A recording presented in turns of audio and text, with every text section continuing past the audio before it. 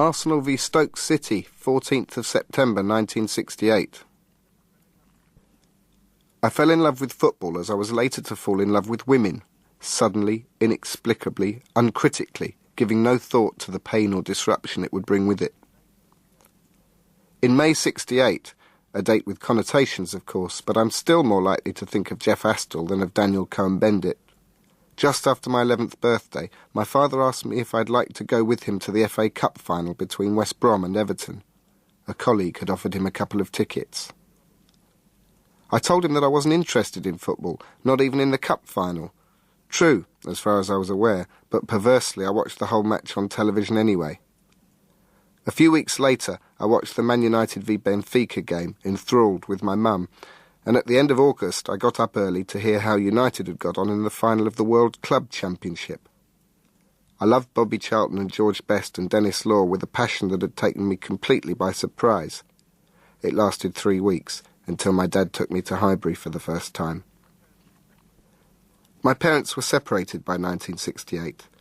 My father had met someone else and moved out, and I lived with my mother and my sister in a small detached house in the home counties. This state of affairs, unremarkable enough in itself, had left its usual deep and painful wounds on all four of us. There were inevitably a number of difficulties that arose from this new phase of family life, although the most crucial in this context was probably the most banal, the commonplace but nevertheless intractable one-parent Saturday afternoon at the zoo problem. Often Dad was only able to visit us in midweek. No one really wanted to stay in and watch TV, for obvious reasons, but on the other hand there wasn't really anywhere else a man could take 2 children under 12. Usually the 3 of us drove to a neighbouring town or up to one of the airport hotels, where we sat in a cold and early evening deserted restaurant, and where Jill and I ate steak or chicken, one or the other, in more or less complete silence.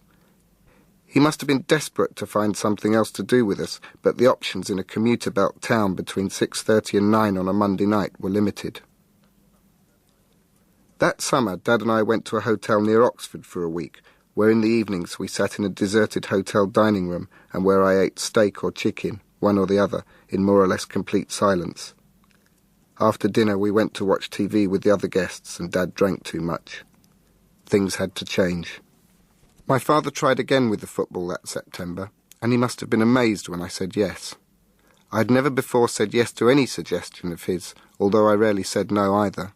I just smiled politely and made a noise intended to express interest but no commitment, a maddening trait I think I invented especially for that time in my life, but which has somehow remained with me ever since. For 2 or 3 years he had been trying to take me to the theatre. Every time he asked, I simply shrugged and grinned idiotically, with the result that eventually Dad would get angry and tell me to forget it, which was what I wanted him to say. And it wasn't just Shakespeare either. I was equally suspicious of rugby matches and cricket matches and boat trips and days out to Silverstone and Longleat. I didn't want to do anything at all. And none of this was intended to punish my father for his absence. I really thought that I would be happy to go anywhere with him, apart from every single place he could think of. 1968 was, I suppose, the most traumatic year of my life. My parents' separation had reached the point of no return. We had to move into a smaller house, but for a time, because of some sort of chain, we were homeless and had to move in with our neighbours. I became seriously ill with jaundice, and I started at the local grammar school. I would have to be extraordinarily literal to believe that the Arsenal fever about to grip me had nothing to do with all this mess. There is a short story by the American writer André Dubus entitled The Winter Father, about a man whose divorce has separated him from his 2 children. In the winter, his relationship with them is tetchy and strained. They move from afternoon jazz club to cinema to restaurant and stare at each other. But in the summer, when they can go to the beach, they get on fine. The long beach and the sea were their lawn, the blanket their home, the ice chest and thermos their kitchen. They lived as a family again. Sitcoms and films have long recognised this terrible tyranny of place and depict men traipsing round parks with fractious kids and a frisbee. But The Winter Father means a lot to me because it goes further than that. It manages to isolate what is valuable in the relationship between parents and children and explains simply and precisely why the zoo trips are doomed. In this country, as far as I know, Bridlington and Minehead are unable to provide the same kind of liberation as the New England beaches in Dubus's story. But my father and I were about to come up with the perfect English equivalent. Saturday afternoons in North London gave us a context in which we could be together. We could talk when we wanted, the football gave us something to talk about, and anyway, the silences weren't oppressive, and the days had a structure, a routine. The Arsenal pitch was to be our lawn, and being an English lawn, we would usually peer at it mournfully through driving rain. The Gunner's Fish Bar on Highbury Hill our kitchen, and the West Stand our home. It was a wonderful set-up, and changed our lives just when they needed changing most. I don't really recall much about the football that first afternoon. One of those tricks of memory enables me to see the one goal clearly. The referee awards a penalty. He runs into the area, points a dramatic finger, there's a roar. A hush as Terry Neal takes it, and a groan as Gordon Banks dives and pushes the ball out. It falls conveniently at Neal's feet, and this time he scores. But I'm sure this picture has been built up from what I've long known about similar incidents, and actually I was aware of none of this. All I really saw on the day was a bewildering chain of incomprehensible incidents, at the end of which everyone around me stood and shouted. If I did the same, it must have been an embarrassing 10 seconds after the rest of the crowd. But I do have other, more reliable and probably more meaningful memories. I remember the overwhelming maleness of it all, cigar and pipe smoke, foul language, words I'd heard before, but not from adults, not at that volume, and only years later did it occur to me that this was bound to have an effect on a boy who lived with his mother and his sister. And I remember looking at the crowd more than at the players.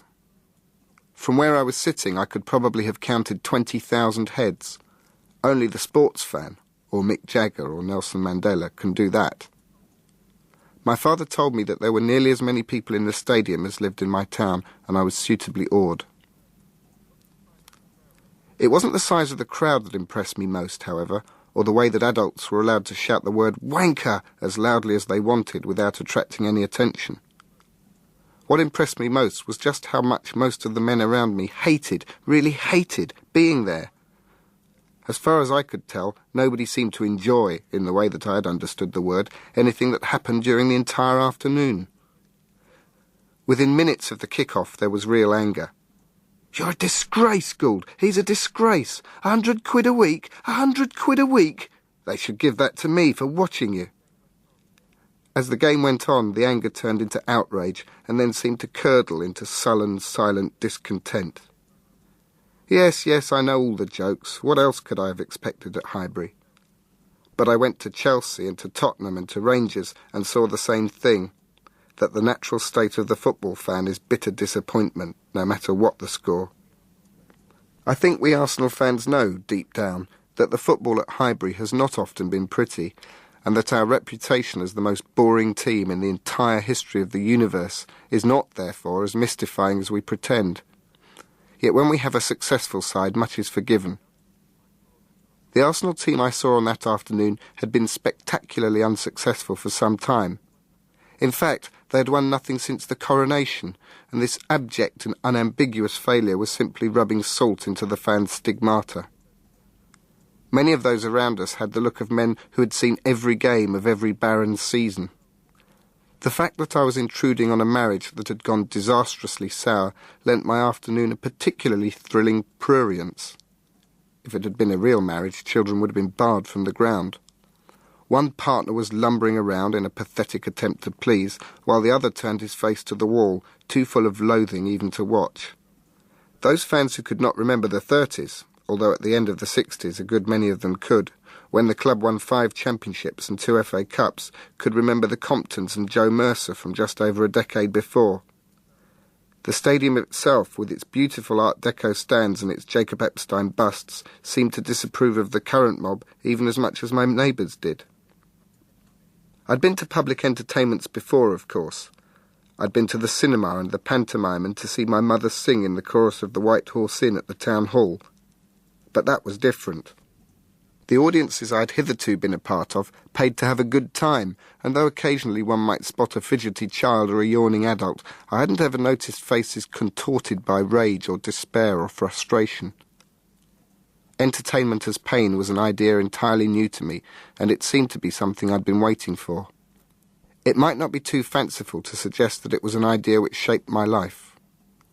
I've always been accused of taking the things I love, football of course, but also books and records, much too seriously, and I do feel a kind of anger when I hear a bad record or when someone is lukewarm about a book that means a lot to me. Perhaps it was these desperate, bitter men in the West Stand at Arsenal who taught me how to get angry in this way, and perhaps it is why I earn some of my living as a critic. Maybe it's those voices I can hear when I write. "You're a wanker, Blogs. The book a prize? The book a prize? They should give that to me for having to read you." Just this one afternoon started the whole thing off.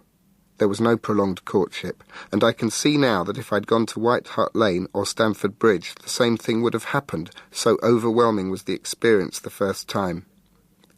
In a desperate and percipient attempt to stop the inevitable, Dad quickly took me to Spurs to see Jimmy Greaves score 4 against Sunderland in a 5-1 win, but the damage had been done, and the 6 goals and all the great players left me cold. I'd already fallen for the team that beat Stoke 1-0 from a penalty rebound. Arsenal v West Ham, 26th of October 1968. On this, my third visit to Highbury, all the kids were given a free Soccer Stars album. Each page of the album was devoted to one First Division team and contained 14 or 15 spaces in which to glue stickers of the players. We were also given a little packet of the stickers to start our collection off. Promotional offers aren't often described thus, I know, but the album proved to be the last crucial step in a socialisation process that had begun with the Stoke game.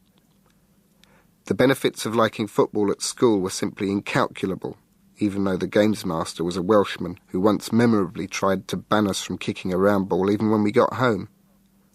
At least half my class, and probably a quarter of the staff, loved the game. Unsurprisingly, I was the only Arsenal supporter in the first year. QPR, the nearest First Division team, had Rodney Marsh, Chelsea had Peter Osgood, Tottenham had Greaves, West Ham had the 3 World Cup heroes, Hurst, Moore and Peters. Arsenal's best-known player was probably Ian Muir, famous only for his contributions to the television series Quiz Ball. But in that glorious first football-saturated term, it didn't matter that I was on my own. In our dormitory town, no club had a monopoly on support, and in any case my new best friend, a Derby County fan like his father and uncle, was similarly isolated. The main thing was that you were a believer. Before school, at break time and at lunchtime, we played football on the tennis courts with a tennis ball, and in between lessons we swapped Soccer Star stickers. Ian Muir for Jeff Hurst. Extraordinarily, the stickers were of equal value. Terry Venables for Ian St John, Tony Haitley for Andy Lockhead. And so transferring to secondary school was thus rendered unimaginably easy. I was probably the smallest boy in the first year, but my size didn't matter, although my friendship with the Derby fan, the tallest by several feet, was pretty handy. And though my performance as a student was undistinguished, I was bunged into the B stream at the end of the year and stayed there throughout my entire grammar school career. The lessons were a breeze. Even the fact that I was one of only 3 boys wearing shorts wasn't as traumatic as it should have been. As long as you knew the name of the Burnley manager, nobody much cared that you were an 11-year-old dressed as a 6-year-old. This pattern has repeated itself several times since then. The first and easiest friends I made at college were football fans, and a studious examination of a newspaper back page during the lunch hour of the first day in a new job usually provokes some kind of response. And yes, I am aware of the downside of this wonderful facility that men have. They become repressed, they fail in their relationships with women, their conversation is trivial and boorish, they find themselves unable to express their emotional needs, they cannot relate to their children, and they die lonely and miserable. But, you know, what the hell? If you can walk into a school full of 800 boys, most of them older, all of them bigger, without feeling intimidated, simply because you have a spare Jimmy husband in your blazer pocket, then it seems like a trade-off worth making. Arsenal v Derby, 12th of February 1972. For a match to be really, truly memorable back then, the kind of game that sent me home buzzing inside with the fulfilment of it all, these conditions had to be met. I had to go with my dad. We had to eat lunch in the chip shop, sitting down, no sharing of tables. We had to have seats in the upper west stand, the west stand because you can see down the players' tunnel from there and so can greet the arrival of the team on the pitch before anyone in the ground. The seats had to be between the halfway line and the north bank. Arsenal had to play well and win by 2 clear goals. The stadium had to be full, or nearly full, which usually implied an opposing team of some significance. The game had to be filmed by ITV for the big match on Sunday afternoon rather than by the BBC for Match of the Day. I liked the anticipation, I guess.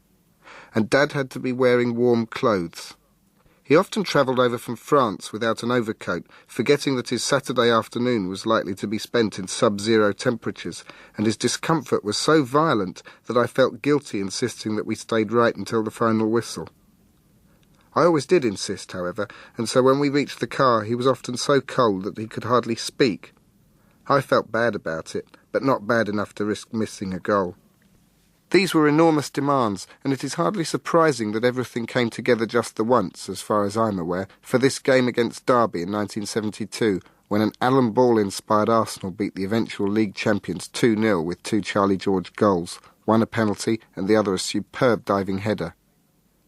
And because there was a table for us in the chip shop, and because the referee pointed to the spot when Ball was brought down instead of waving play on, and because my dad remembered his coat, I've allowed this game to become something it wasn't. It now represents for me the whole works, the entire fixation, but that's wrong. Arsenal were too good, Charlie's goal was too spectacular, the crowd was too big and too appreciative of the team's performance. The 12th of February did happen, in just the way I have described it, but only its atypicality is important now. Life isn't, and has never been, a 2-0 home victory against the league leaders after a fish and chip lunch. Arsenal v Wolves, 15th of August 1972. Over the summer of 1972, things changed. Arsenal, the most British, that is to say, the durest and most aggressive, team you could imagine, went all continental on us, and for half a dozen games at the start of the 72-73 season decided to play total football. This, for the benefit of those with only a sketchy grasp of football tactics, was a Dutch invention which necessitated flexibility from all the players on the pitch. Defenders were required to attack, attackers to play in midfield. It was football's version of postmodernism, and the intellectuals loved it. That August at Highbury, a gentle and appreciative applause was as familiar a sound as 60,000 shuffling feet had been a couple of years earlier. Imagine Mrs. Thatcher coming back from Brussels and lecturing us on the perils of jingoism, and you will have some idea of the improbability of the conversion. A win at Leicester on the opening Saturday was followed by this destruction of Wolves, 5-2, with goals from defenders McNabb and Simpson.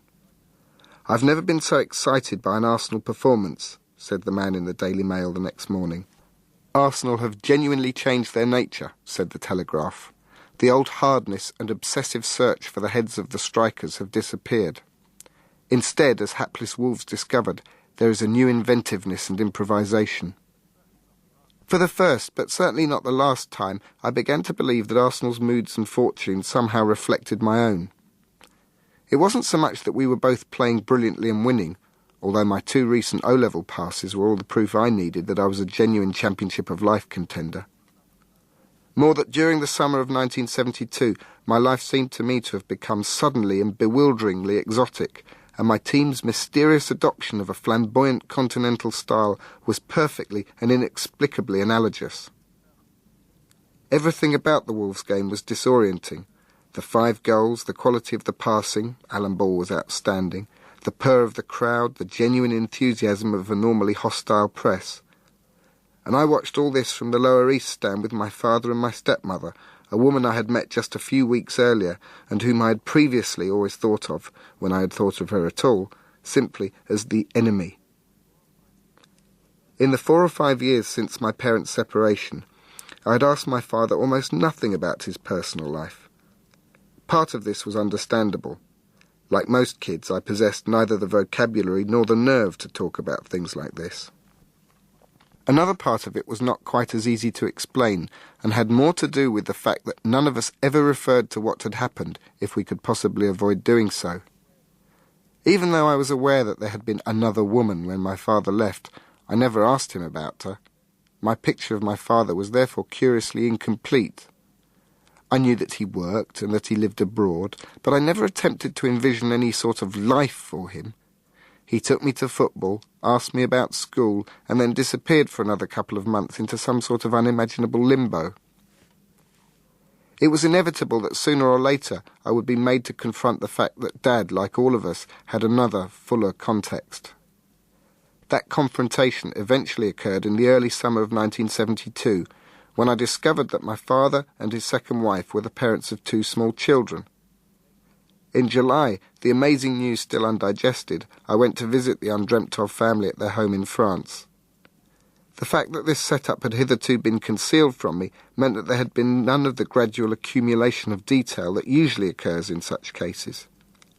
My half-brother was small and dark and looked up to and after his little sister, 18 months younger, blonde and bright and self-confident. Where had I seen these two before? In our home movies, that's where. But if they were us, Jill and I, why were they speaking half in French and half in English? And what was I supposed to be to them? A brother, or some kind of third parent, or something in between, a trainee intermediary from the adult world?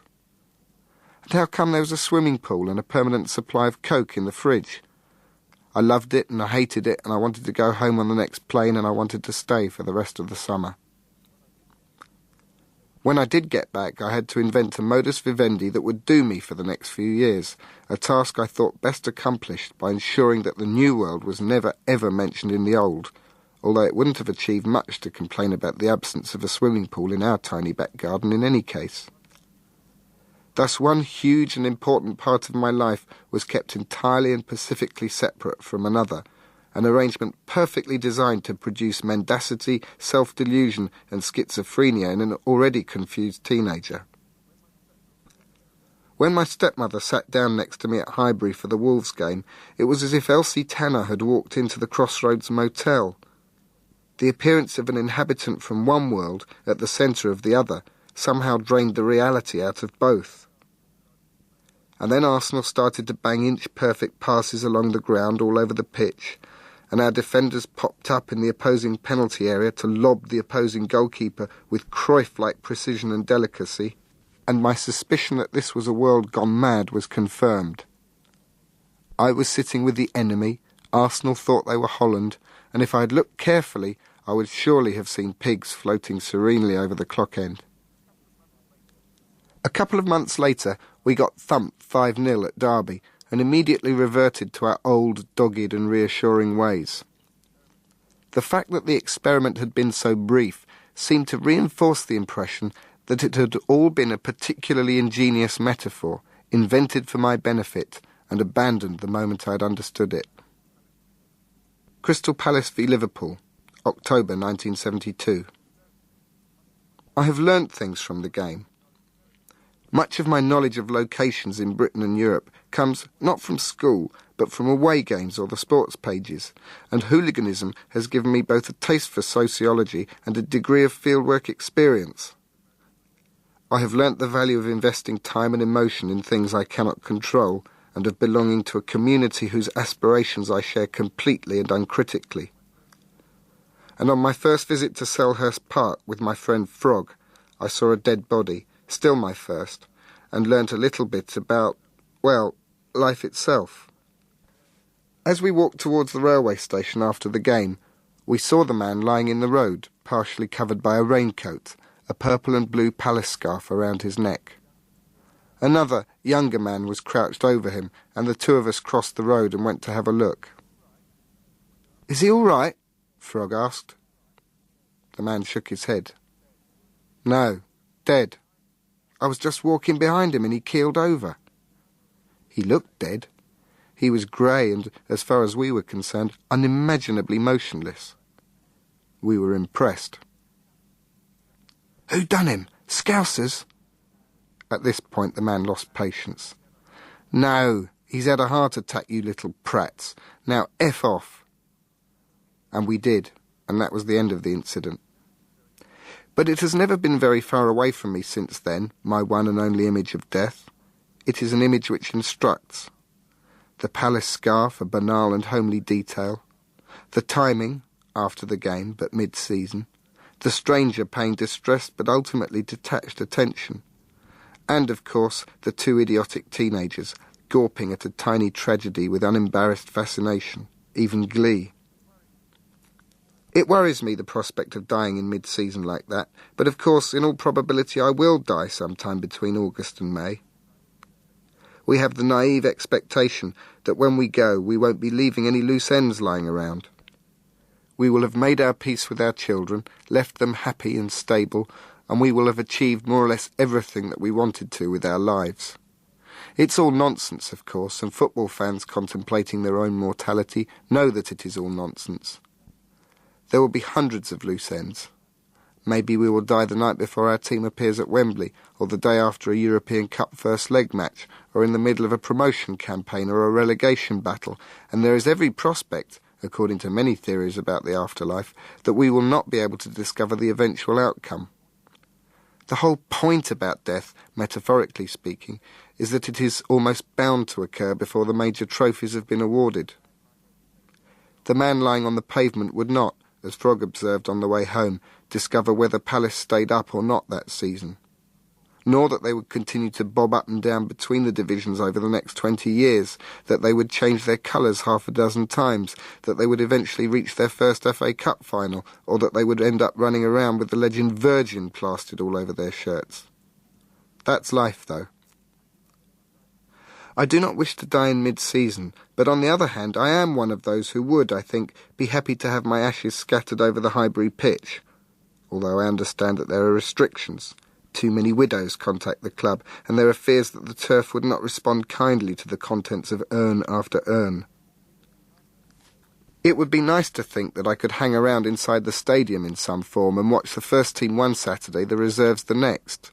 I would like to feel that my children and grandchildren would be Arsenal fans and that I could watch with them. It doesn't seem a bad way to spend eternity, and certainly I'd rather be sprinkled over the East Stand than dumped into the Atlantic or left up some mountain. I don't want to die immediately after a game, though, like Jock Stein, who died seconds after Scotland beat Wales to qualify for the World Cup, or like a friend's father who died at a Celtic Rangers game a few years ago. It seems excessive somehow, as if football were the only fitting context for the death of a football fan. And I'm not talking about the deaths at Heysel or Hillsborough or Ibrox or Bradford here, of course. Those were tragedies of a different order altogether. I don't want to be remembered with a shake of the head and a fond smile intended to imply that this is the way I would have chosen to go out if I could. Give me gravitas over cheap congruence any time. So, let's get this straight. I don't want to peg out in Gillespie Road after a game because I think I'll be remembered as a crank. And yet, crankily, I want to float around Highbury as a ghost, watching reserve games for the rest of time. And in a sense, these two desires, at first glance incomprehensibly inconsistent, I would imagine, to those without equivalent fixations, characterise obsessives and encapsulate their dilemma. We hate being patronised. There are some people who know me only as a monomaniac and who ask me slowly and patiently, in words of one syllable, about Arsenal results before turning to someone else to talk about life, as if being a football fan precludes the possibility of possessing a family or a job or an opinion on alternative medicine. But our lunacy makes condescension almost inevitable. I know all this, and I still want to lumber my son with the names Liam, Charles, George, Michael, Thomas. I get what I deserve, I guess. Arsenal v Leicester City, 2nd of April 1977. I was studying English at Cambridge in the 76-77 season. Or rather, I was watching football, Cambridge United and Arsenal, making new friends and listening to music. I did one other thing. I also fell stomach-clenchingly for a smart, pretty and vivacious girl from the teacher training college. We spent much of the next 3 or 4 years in each other's company. She is part of this story, I think, in several ways. For a start, she was the first girlfriend who ever came to Highbury in the Easter holidays at the end of our second term. The early season New Broom promise of that year had long since disappeared. On the contrary, Arsenal had just beaten the club record for the longest losing streak in their history. She charmed the team, however, much as she had charmed me, and we scored 3 times in the first quarter of the game. Graham Rix got the first on his debut, and David O'Leary, who went on to score maybe another 6 times in the next decade, got 2 in the space of 10 minutes. Once again, Arsenal were thoughtful enough to behave so oddly that the match, and not just the occasion, would be memorable for me. It was strange having her there. In a misguided notion of gallantry, I'm sure she would rather have stood, I insisted that we bought seats in the lower west stand. All I remember now is how she responded each time Arsenal scored. Everyone in the row stood up, apart from her. In the seats, standing up to acclaim a goal is an involuntary action, like sneezing. 3 times I looked down to see her shaking with laughter. "It's so funny," she said by way of explanation, and I could see her point. It had really never occurred to me before that football was, indeed, a funny game, and that, like most things which only work if one believes, the back view, and because she remained seated she had a back view right down a line of mostly misshapen male bottoms, is preposterous, like the rear of a Hollywood film set. Our relationship, the first serious, long-term, stay-the-night, meet-the-family, what-about-kids one day sort of thing for either of us, was in part all about discovering for the first time the mysteries of our counterparts in the opposite sex. I had had girlfriends before, of course, but she and I, we had similar backgrounds and similar pretensions, similar interests and attitudes. Our differences, which were enormous, arose mostly because of our genders. If I had been born a girl, she was the sort of girl, I realised and hoped, that I would have been.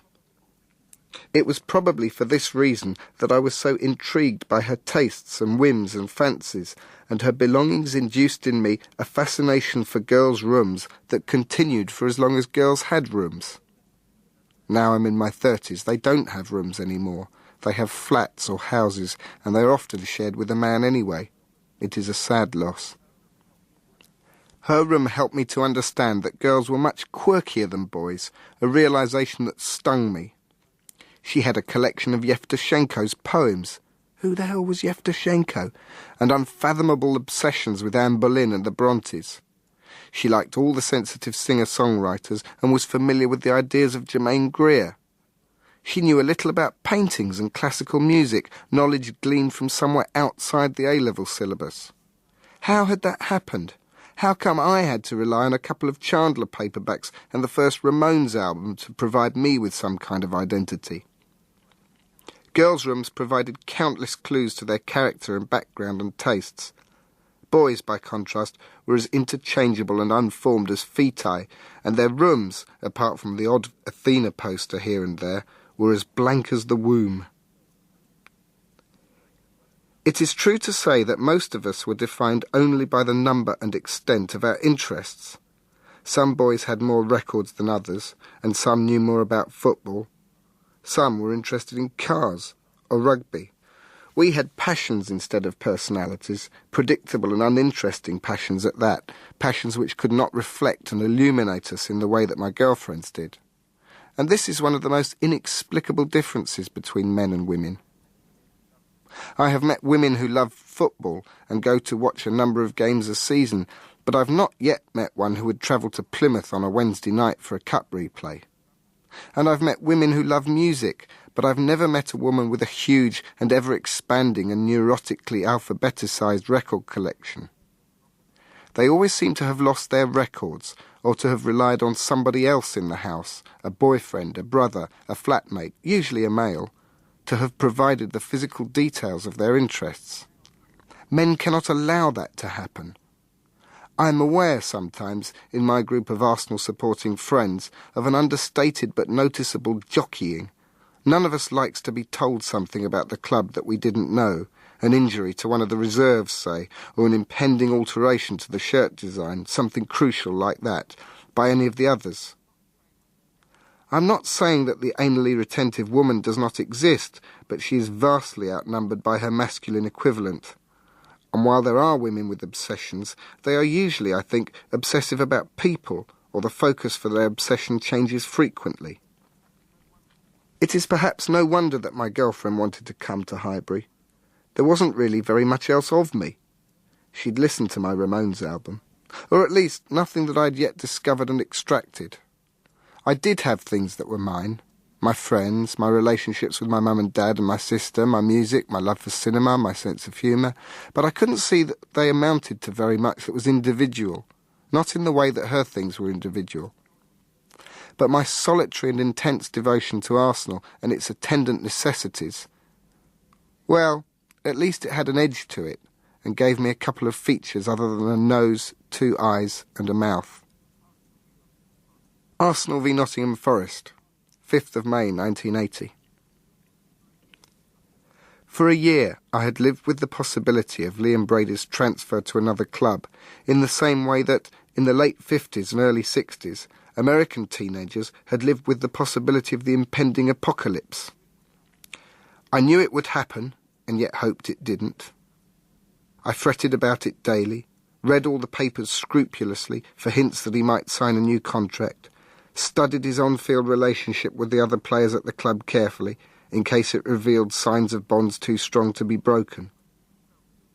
I had never felt so intensely about an Arsenal player. For 5 years he was the focus of the team, and therefore the very centre of a very important part of myself, and the consciousness of his rumoured desire to leave Arsenal was always with me, a small shadow on any X-ray of my well-being. Most of this fixation was easy to explain.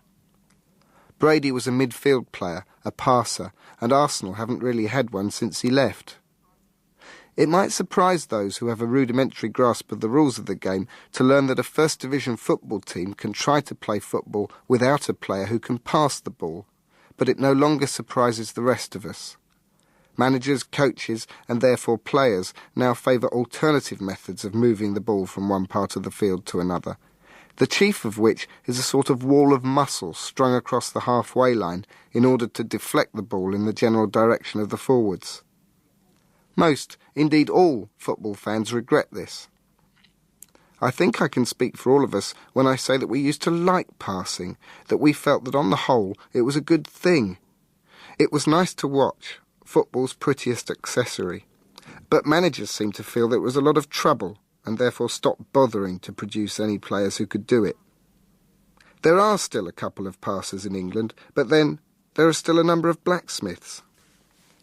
Liam Brady was one of the best 2 or 3 passers of the last 20 years, and this in itself was why he was revered by every single Arsenal fan. But for me, there was more to it than that. I worshipped him because he was great, and I worshipped him because, in the parlance, if you cut him, he would bleed Arsenal. Like Charlie George, he was a product of the youth team. But there was a third thing, too. He was intelligent. This intelligence manifested itself primarily in his passing, which was incisive and imaginative and constantly surprising. Of course, intelligence in a footballer is no bad thing, particularly in a midfield player, a playmaker, although this intelligence is not the same intelligence as that required to enjoy, say, a difficult European novel. Paul Gascoigne has the footballing intelligence by the bucket load, and it is a dazzling intelligence involving, among other skills, astonishing coordination and a lightning-fast exploitation of a situation that will change within a couple of seconds. Yet his lack of even the most basic common sense is obvious and legendary. All the best footballers have some kind of wit about them. Lineker's anticipation, Shilton's positioning, Beckenbauer's understanding are products of their brain rather than functions of simple athleticism. Yet it is the classical midfielder whose cerebral attributes receive the most attention, particularly from the sports writers on the quality papers and from the middle-class football fans. This is not only because the sort of intelligence that Brady and his ilk possess is the most visible in footballing terms, but because it is analogous to the sort of intelligence that is prized in middle-class culture. Look at the adjectives used to describe playmakers. Elegant, aware, subtle, sophisticated, cunning, visionary. These are words that could equally well describe a poet or a filmmaker or a painter. It is as if the truly gifted footballer is too good for his milieu and must be placed on a different, higher plane. Certainly, there was an element of this attitude in my deification of Brady. Charlie George, the previous idol of the Arsenal North Bank, had never been mine in the way that Liam was. Brady was different, although of course he wasn't really. His background was pretty much the same as that of most footballers. Different because he was languid and mysterious, and though I possessed neither of these qualities, I felt that my education had equipped me to recognise them in others. A poet of the left foot, my sister used to remark dryly whenever I mentioned his name, which was often, but there was a truth behind her irony. For a time I wanted footballers to be as unlike themselves as possible, and though this was stupid, other people do it still. Pat Nevin, particularly in his Chelsea days, became a much better player when it was discovered that he knew about art and books and politics. The Nottingham Forest game, a sleepy 0-0 draw on a sleepy grey bank holiday Monday, was Brady's last at Highbury. He had decided that his future lay abroad, in Italy, and he was gone for several years. I was there to see him off, and he did a slow, sad lap of honour with the rest of the team. Deep down, I think I still hoped that he would change his mind, or that the club would eventually become aware of the irreparable damage it would do to itself if it allowed him to leave. Some said that money was at the heart of it, and that if Arsenal had stumped up more he would have stayed, but I preferred not to believe them. I preferred to believe that it was the promise of Italy itself, its culture and style, that had lured him away, and that the parochial pleasures of Hertfordshire or Essex or wherever he lived had inevitably begun to fill him with an existential ennui. What I knew most of all was that he didn't want to leave us all, that he was torn, that he loved us as much as we loved him, and that one day he would come back. Just 7 months after losing Liam to Juventus, I lost my girlfriend to another man, slap bang in the middle of the first dismal post-Brady season.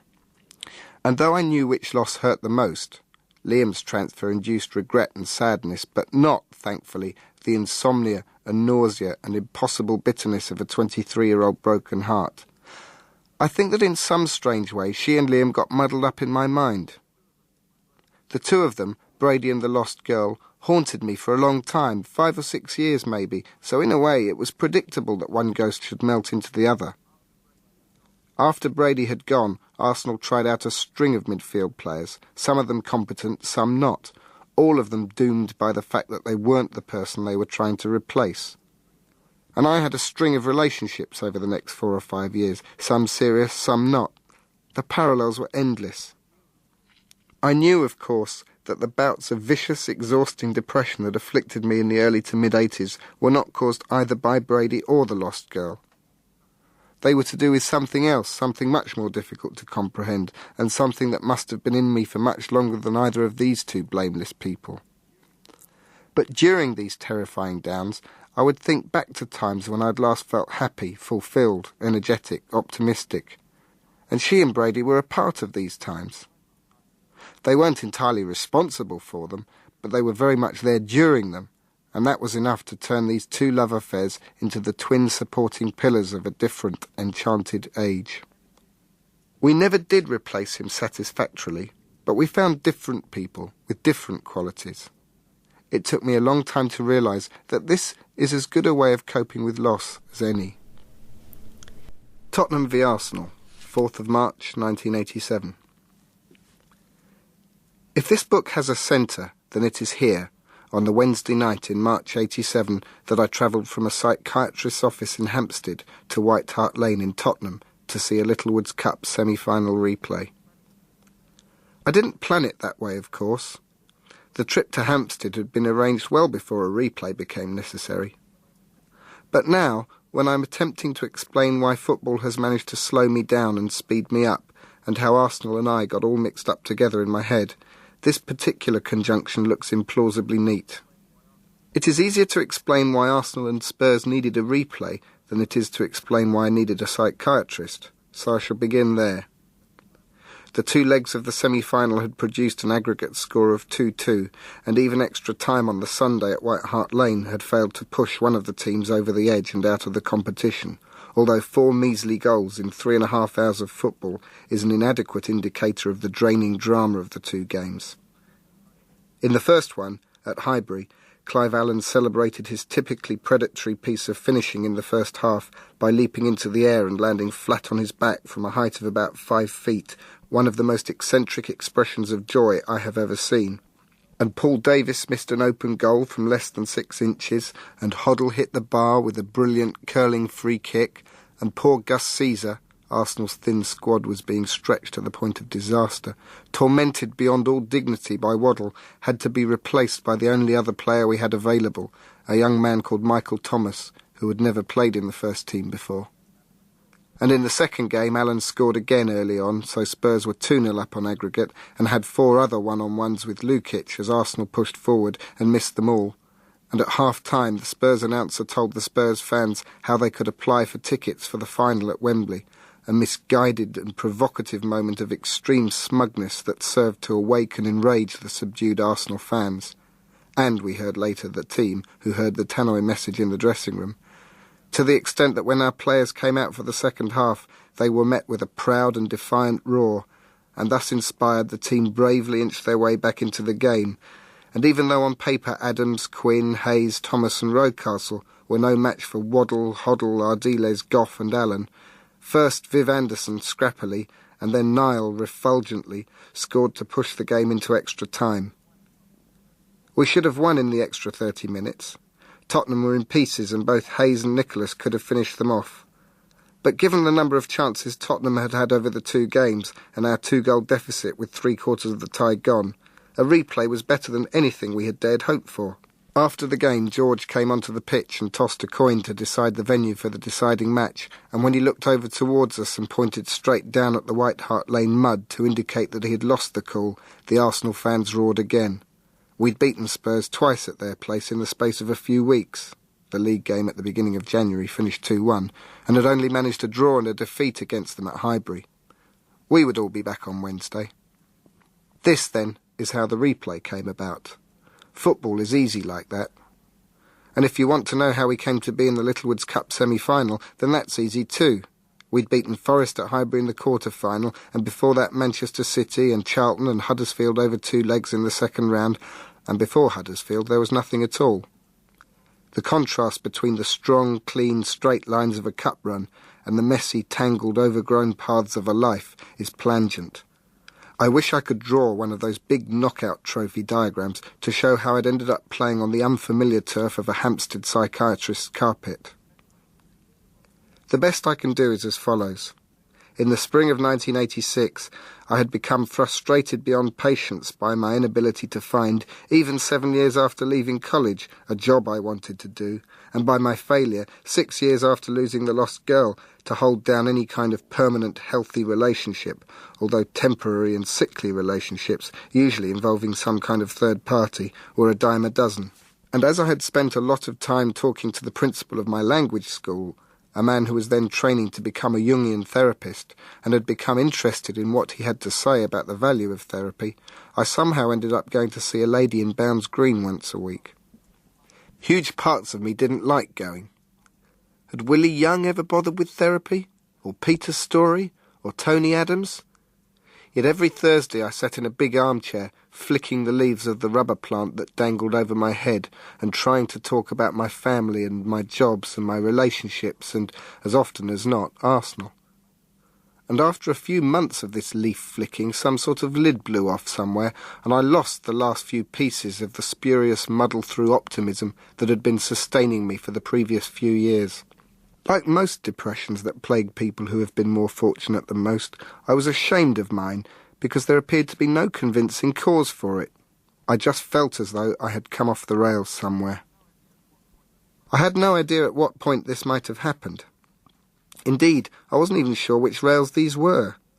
I had loads of friends, including girlfriends. I was in work. I was in regular contact with all the members of my immediate family. I had suffered no bereavements. I had somewhere to live.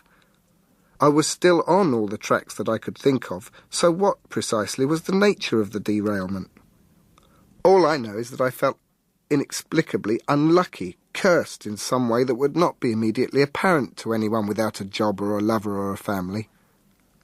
I knew myself to be doomed to a life of dissatisfactions. My talents, whatever they were, would go permanently unrecognised, my relationships wrecked by circumstances entirely beyond my control. And because I knew this beyond any doubt, then there was simply no point in attempting to rectify the situation by looking for work that would stimulate me, or for a personal life that would make me happy. So I stopped writing, because if you are born under a bad sign, as I had been, there is simply no point in persisting with something that will inevitably bring with it only the humiliation of perpetual rejection. And I involved myself in as many miserable and debilitating triangular relationships as I possibly could, and I settled down to the remainder of my allotted 70 years and 10 of unrelieved and terrible nothingness. It wasn't, in truth, a future I could regard with a great deal of enthusiasm, and even though it was the therapy that seemed to have brought most of this bleakness on, or out, it seemed to me that I needed more of it. The last shred of common sense I had left suggested that many of these problems were in me rather than in the world, that they were of a psychological rather than actual nature, that I hadn't been born under a bad sign at all, but that I was some sort of self-destructive nutcase, that I literally needed my head seeing to. Except I was flat broke, and couldn't afford to see any more of my lady in Bounds Green, so she sent me to see the man in Hampstead, who had the power to refer me back to her at a preferential rate, if he was convinced that I was sick enough. And so it came to pass, and there are a number of Arsenal-loathing football fans all over the country who might find the episode gloriously and hilariously significant, that this Arsenal fan was obliged to preface his attendance at the Littlewoods Cup semi-final replay by visiting a psychiatrist in order to persuade him that I was round the twist. I got the referral I needed, and I didn't even have to produce my season ticket. I travelled from Hampstead down to Baker Street, and then from Baker Street to King's Cross, and then from King's Cross to Seven Sisters, and got a bus the rest of the way up the Tottenham High Road. And from Baker Street onwards, the point at which my return journey from the psychiatrist became an outward journey to a football match, I felt better, less isolated, more purposeful. Although on the final stage of the journey I felt bad again, but this was a comforting pre-match bad, my stomach churning and my body weary at the thought of the emotional effort to come. I no longer had to try to explain to myself where I was going or where I had been, and I was back in the mainstream. The value of the herd instinct again. I was only too happy to experience the loss of identity that crowds demand. It was then that it occurred to me that I would never really be able to explain or even remember precisely how the evening had started as it had, and that in some ways football isn't a very good metaphor for life at all. I usually hate games between Arsenal and Tottenham, especially the away games, when the hostile territory brings out the very worst in the Arsenal fans, and I've stopped going to White Hart Lane now. "I hope your wife dies of cancer, Roberts," a man behind me shouted a few years back. And in September 1987, just before David Pleat was forced to resign his position as Tottenham manager, but just after unsavoury allegations about his personal life had appeared in the tabloids, I sat among several thousand people roaring, sex case, hang him, hang him, hang him," and felt, perhaps understandably, that I was much too delicate a soul for this sort of entertainment. The blow-up dolls being tossed around merrily at our end, and the hundreds of pairs of amusing breast spectacles that were de rigueur for the committed Arsenal fan that afternoon, hardly helped to make the sensitive Liberal feel any more at ease. And in 1989, when Spurs beat us at White Hart Lane for the first time for 4 years, there was an awful and disturbing ugliness in the Arsenal end after the final whistle, and seats were broken, and that was enough for me. The anti-Semitic chanting is obscene and unforgivable, and over the last few years the rivalry between the two sets of fans has become intolerably hateful. A cup tie is different, however. The older season ticket holders, those who hate Tottenham but not with the drooling and violent rage of some of the 20 and 30-somethings, are sufficiently motivated to travel, and so some of the bile is diluted. And the result, the football, matters more than it does in most of the league games between Arsenal and Spurs, who for most seasons over the last 20 or 30 years have found themselves in mid-table, and consequently there is some sort of a focus for the aggression. Paradoxically, when the game means something, then the identity of the opponent signifies less. Anyway, I know that my middle-class sensibilities were not unduly disturbed, and that there were no chanted sex case or cancer references to sour my memory of the evening. The game was fast and open, just as it had been on the Sunday, and once again we seemed to spend the whole of the first half watching Clive Allen bear down on the unprotected goal in front of us.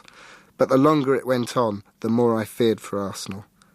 The team was getting younger and younger with each match. Thomas, a full-back replacement for Caesar in the first leg, was playing his first full match in midfield.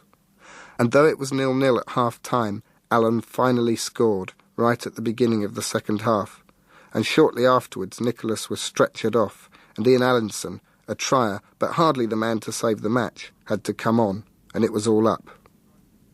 A couple of rows in front of me, a line of middle-aged men and women, blankets over the legs, soup flasks twinkling, started singing the Irish song that the older fans in the seats, I've never heard a North Bank rendition, often used to sing on big nights. And everyone who knew the words joined in. And I thought, with, 6 or 7 minutes left, that at least I would remember the occasion with some fondness, even though it was to have a bitter and dismal conclusion. And then Allinson, jinking unconvincingly down the left, put in a feeble shot on the turn that totally deceived Clements and snuck in guiltily at the near post, and there was this enormous explosion of relief and unhinged joy. And Tottenham fell apart, just as they had on Sunday. Over the next 2 minutes, Hayes intercepted a bad back pass and shot into the side netting.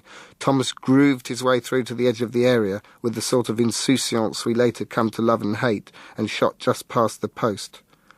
On my video you can see, as Anderson goes to take a throw-in, the Arsenal fans literally bouncing with excitement. And there was more to come. As Tottenham's digital clock stopped on 90 minutes, Rocky picked up a loose cross, chested it down, and hit it through Clements and into the net. And almost immediately the referee blew the final whistle, and the rows of people disappeared and were replaced by one shuddering heap of ecstatic humanity.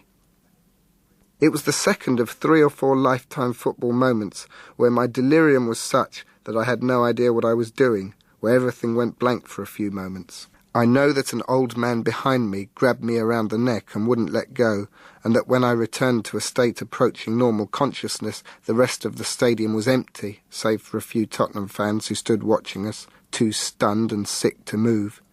In my mind I see white faces, but we were too far away to be able to detect shock-induced pallor. And the Arsenal players were cavorting beneath us, as overjoyed and probably as baffled by their win as we were. We were all still in the stadium 20 minutes after the final whistle, and then we roared out onto the street, and Pete and I drove back to the Arsenal tavern, where we were locked in after closing time so that we could watch the highlights of the game on their big TV screen, and so that I could drink too much. Liverpool v Arsenal, 26th of May, 1989. In all the time I have been watching football, 24 seasons, only 8 teams have won the First Division Championship. Manchester United, Leeds United, Everton, Arsenal, Derby County, Nottingham Forest, Aston Villa, and, a staggering 11 times, Liverpool. 5 different teams came top in my first 5 years, so it seemed to me then that the league was something that came your way every once in a while, even though you might have to wait for it. But as the 70s came and went, and then the 80s, it began to dawn on me that Arsenal might never win the league again in my lifetime. That isn't as melodramatic as it sounds. Wolves fans celebrating their 3rd championship in 6 years in 1959 could hardly have anticipated that their team would spend much of the next 30 years in the 2nd and 3rd divisions. Manchester City supporters in their mid-40s when the Blues last won the league in 1968 are in their early 70s now. Like all fans, the overwhelming majority of the games I have seen have been league games. And as most of the time Arsenal have had no real interest in the First Division title after Christmas, nor ever really come close to going down, I would estimate that around half of these games are meaningless, at least in the way that sports writers talk about meaningless games. There are no chewed nails and chewed knuckles and screwed up faces. Your ear doesn't become sore from being pressed up hard against a radio, trying to hear how Liverpool are getting on. You are not, in truth, thrown into agonies of despair or eye-popping fits of ecstasy by the result.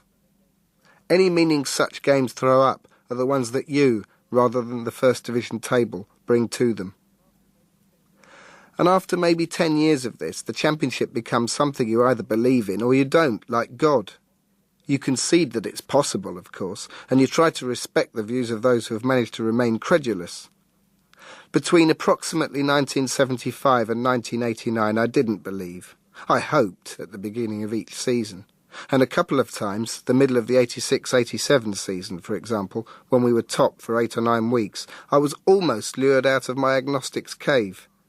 But in my heart of hearts, I knew that it would never happen, just as I knew that they were not, as I used to think when I was young, going to find a cure for death before I got old.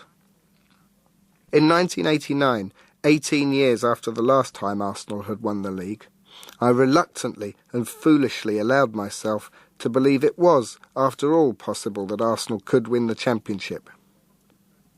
They were top of the First Division between January and May. On the last full weekend of the Hillsborough elongated season, they were 5 points clear of Liverpool, with 3 games left to play.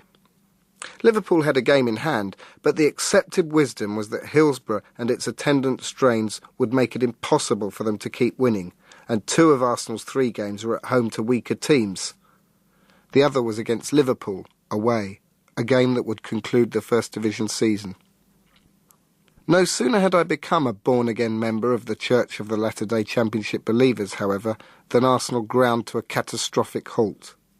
They lost, dismally, at home to Derby, and in the final game at Highbury against Wimbledon, they twice threw away the lead to draw 2-2 against a team they had destroyed 5-1 on the opening day of the season.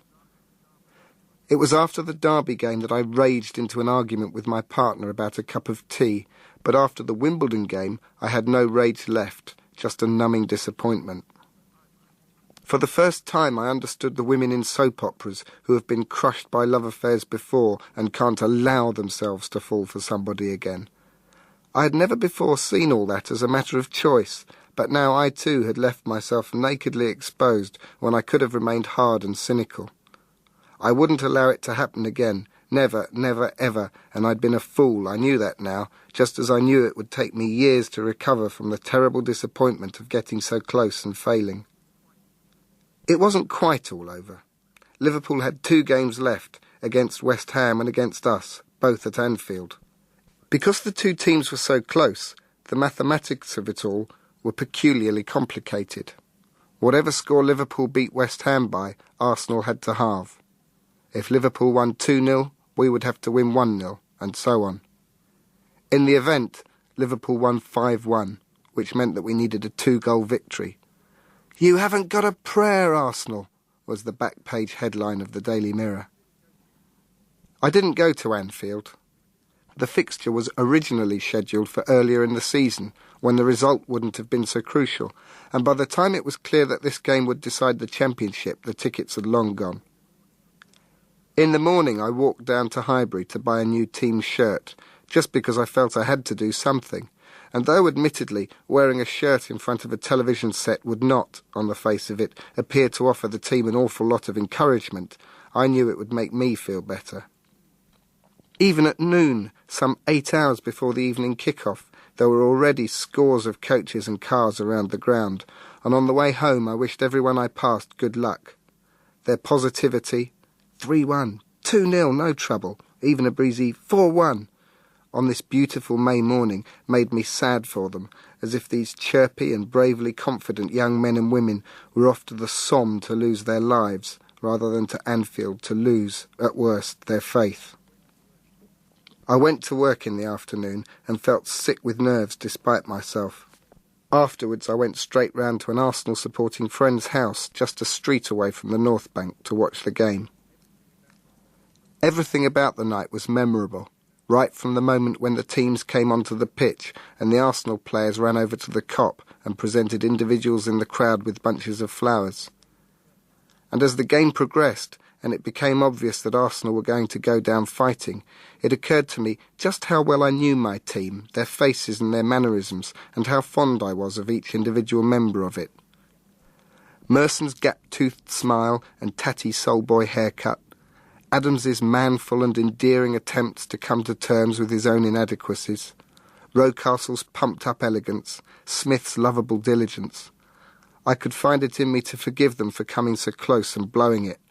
They were young, and they'd had a fantastic season, and as a supporter, you cannot really ask for much more than that. I got excited when we scored right at the beginning of the second half, and I got excited again about 10 minutes from time, when Thomas had a clear chance and hit it straight at Grobbelaar. But Liverpool seemed to be growing stronger and to be creating chances at the end.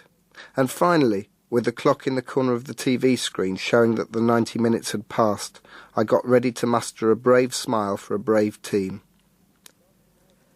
If Arsenal are to lose the Championship, having had such a lead at one time, it's somewhat poetic justice that they have got a result on the last day, even though they're not to win it, said co-commentator David Pleat, as Kevin Richardson received treatment for an injury, with the Kop already celebrating.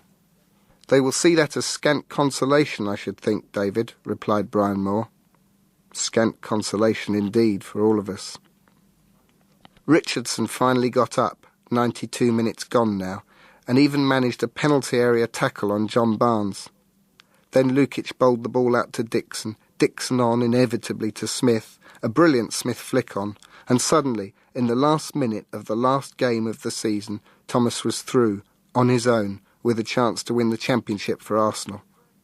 "It's up for grabs now," Brian Moore yelled, and even then I found that I was reining myself in, learning from recent lapses in hardened scepticism, thinking, well, at least we came close at the end there, instead of thinking, please Michael, please put it in, please God let him score. And then he was turning a somersault, and I was flat out on the floor, and everybody in the living room jumped on top of me. 18 years, all forgotten in a second. What is the correct analogy for a moment like that? In Pete Davis's brilliant book about the 1990 World Cup, All Played Out, he notices that the players use sexual imagery when trying to explain what it feels like to score a goal. I can see that sometimes for some of the more workaday transcendent moments. Smith's third goal in our 3-0 win against Liverpool in December 1990, for example, 4 days after we'd been beaten 6-2 at home by Manchester United. That felt pretty good, a perfect release to an hour of mounting excitement. And 4 or 5 years back at Norwich, Arsenal scored 4 times in 16 minutes after trailing for most of the game, a quarter of an hour which also had a kind of sexual otherworldliness to it. The trouble with the orgasm as metaphor here is that the orgasm, though obviously pleasurable, is familiar, repeatable, within a couple of hours if you've been eating your greens, and predictable, particularly for a man. If you're having sex, then you know what's coming, as it were. Maybe if I hadn't made love for 18 years, and I'd given up hope of doing so for another 18, and then suddenly, out of the blue, an opportunity presented itself, maybe in these circumstances it would be possible to recreate an approximation of that Anfield moment. Even though there is no question that sex is a nicer activity than watching football, no 0-0 draws, no offside trap, no cup upsets, and you're warm, in the normal run of things, the feelings it engenders are simply not as intense as those brought about by a once-in-a-lifetime last-minute championship winner. None of the moments that people describe as the best in their lives seem analogous to me. Childbirth must be extraordinarily moving, but it doesn't really have the crucial surprise element, and in any case lasts too long. The fulfilment of personal ambition, promotions, awards, what have you, doesn't have the last-minute time factor, nor the element of powerlessness that I felt that night. And what else is there that can possibly provide the suddenness? A huge pools win, maybe, but the gaining of large sums of money affects a different part of the psyche altogether, and has none of the communal ecstasy of football. There is, then, literally, nothing to describe it. I have exhausted all the available options. I can recall nothing else that I've coveted for 2 decades. What else is there that can be reasonably coveted for that long? Nor can I recall anything else that I have desired as both man and boy. So please, be tolerant of those who describe a sporting moment as their best ever. We do not lack imagination, nor have we had sad and barren lives. It is just that real life is paler, duller, and contains less potential for unexpected delirium. When the final whistle blew, I ran straight out of the door to the off-licence on Blackstock Road. I had my arms outstretched like a little boy playing aeroplanes, and as I flew down the street, old ladies came to the door and applauded my progress as if I were Michael Thomas himself. Then I was grievously ripped off for a bottle of cheap champagne, I realised later, by a shopkeeper who could see that the light of intelligence had gone from my eyes altogether. I could hear whoops and screams from pubs and shops and houses all around me, and as fans began to congregate at the stadium, some draped in banners, some sitting on top of tooting cars, everyone embracing strangers at every opportunity, and TV cameras arrived to film the party for the late news, and club officials leant out of windows to wave at the bouncing crowd, it occurred to me that I was glad I hadn't been up to Anfield and missed out on this joyful, almost Latin explosion on my doorstep. After 21 years, I no longer felt, as I had done during the double year, that if I hadn't been to the games I had no right to partake in the celebrations. I'd done the work, years and years and years of it, and I belonged. There was a part of me that was afraid to write all this down in a book, just as a part of me was afraid to explain to a therapist precisely what it had all come to mean. I was worried that by doing so, it would all go, and I'd be left with this great big hole where football used to be. It hasn't happened. Not yet, anyway. What has happened is more disturbing. I've begun to relish the misery that football provides. I'm looking forward to more championships and days out at Wembley and last-minute victories over Tottenham at White Hart Lane. Of course I am, and when they come, I will go as berserk as anyone. I don't want them yet, though. I want to defer the pleasure. I've been cold and bored and unhappy for so long that when Arsenal are good, I feel slightly but unmistakably disoriented. But I shouldn't have worried. What goes around comes around. I started this book in the summer of 1991. Arsenal were the runaway First Division champions, about to enter the European Cup for the first time in exactly 20 years.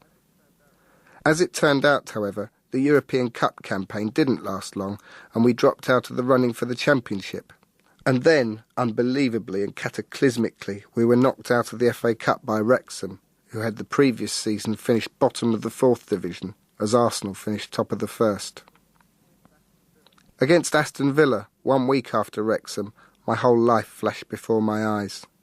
A 0-0 draw against a nothing team in a meaningless game in front of a restive, occasionally angry, but for the most part wearily tolerant crowd in the freezing January cold. All that was missing was Ian Muir falling over his feet, and my dad grumbling away in the seat next to me.